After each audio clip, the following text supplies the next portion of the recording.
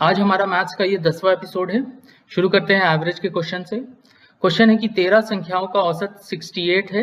इनमें से प्रथम संख्याओं का औसत 63 है, जबकि अंतिम 7 संख्याओं का औसत 70 है। तो 7वीं संख्या जो कि मिडिल में आएगा इस 13 संख्याओं में, वो क्या है? तो इसका सोल्यूशन देखते हैं। सोल्यूशन है कि सबसे पहले 13 संख्याओं का योग निकाल लेते हैं।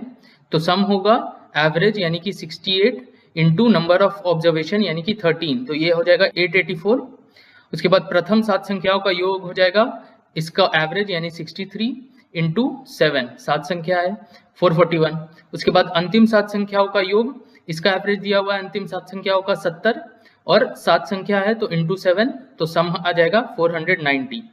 तो इससे 7वीं संख्या निकल जाएगी जो बीच की संख्या है।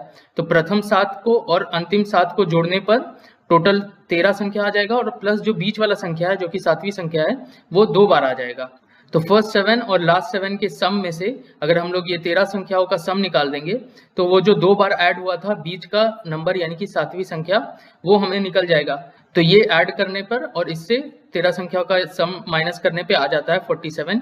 तो ये हमारा 7वां संख्या हो जाएगा और ये हमारा आंसर हो जाएगा। नेक्स्ट है परसेंटेज का क्वेश्चन। क्वेश्चन है कि यदि ए की आय बी की आय से 25% कम हो तो बी की आय ए की आय से कितना प्रतिशत अधिक है? यानी कि ए का आय कम है और बी का आय ज्यादा है। तो पहले दिया हुआ है कि ए का आय बी के आय से कंपैरिजन में 25% कम है, तो बी का आय ए के कंपैरिजन में कितना है? तो मान लेते हैं कि बी की आय 100 रुपया है, तो ए का आय कितना हो जाएगा? 25% कम है, यानी कि 25% ऑफ 100 हो जाएगा 25, तो 100 में से 25 घटा करके 75 हो जाएगा, तो ए का आय हो जाएगा 75। तो अब जो रिक्वायर्ड परसेंटेज है वो कितना हो जाएगा? 25 रुपया ज्यादा है बी का आय, तो 25 हो जाएगा बाई, अब यहाँ पर हम लोग ए का आय को डिनोमिनेटर में लेंगे क्योंकि ए के कंपैरिजन में हमें बताना है। तो 25 बाई 75 इंटू 100% यानी कि 100 बाई 3% या 33 1 बाई 3%, ये हमारा आंसर हो जाएगा। नेक्स्ट है प्रॉफिट एंड लॉस का क्वेश्चन। क्वेश्चन है कि एक बेईमान व्यापारी अपना माल क्रय मूल्य पर ही बेचता है, फिर भी वह कम तौलकर 25% लाभ अर्जित करता है। 1 किलोग्राम के स्थान पर वह कितना तौलता है?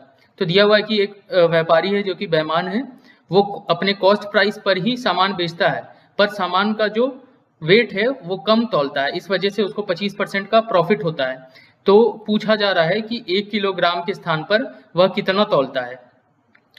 तो मान लेते हैं कि वह 1 किलोग्राम के स्थान पर x ग्राम तौलता है, और ये भी मान लेते हैं कि 1 ग्राम का मूल्य जो कॉस्ट प्राइस है वो ₹1 है।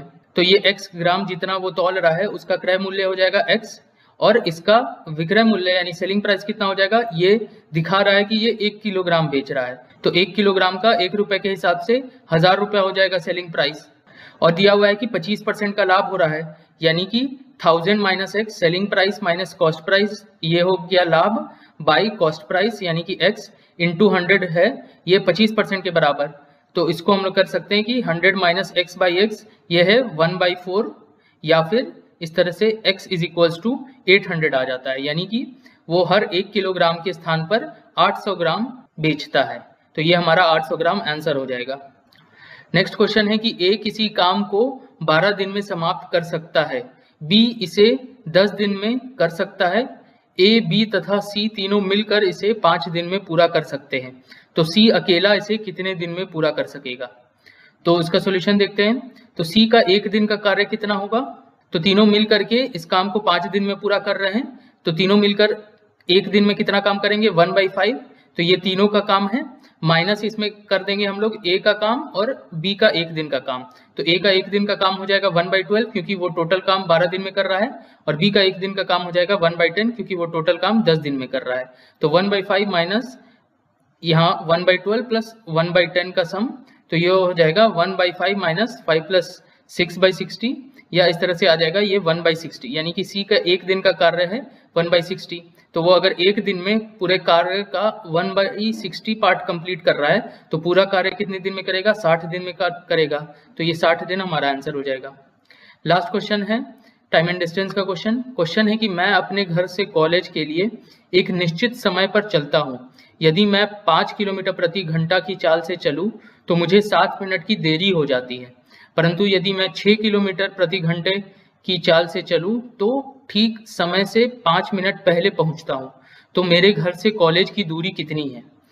तो सॉल्यूशन देखते हैं। तो कॉलेज की दूरी को मान लेते हैं, जो कि रिक्वायर्ड है x किलोमीटर मान लेते हैं। तो अब दोनों स्पीड के बीच में समय का क्या डिफरेंस है, एक में 7 मिनट की देरी से पहुंच रहा हूं और दूसरे में 5 मिनट पहले पहुंच जा रहा हूं। तो 7 + 5 12 मिनट का डिफरेंस हो गया टाइम इंटरवल।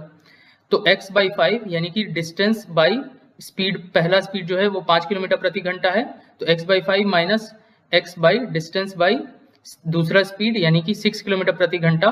तो ये टाइम माइनस ये टाइम का जो इंटरवल है वो कितना है, 12/60 कर ले रहे हैं आवर में कन्वर्ट करने के लिए। तो ये हो जाएगा x/5 माइनस x/6 बराबर 1/5 या x = 6। तो जो दूरी है वो 6 किलोमीटर, ये हमारा आंसर हो गया।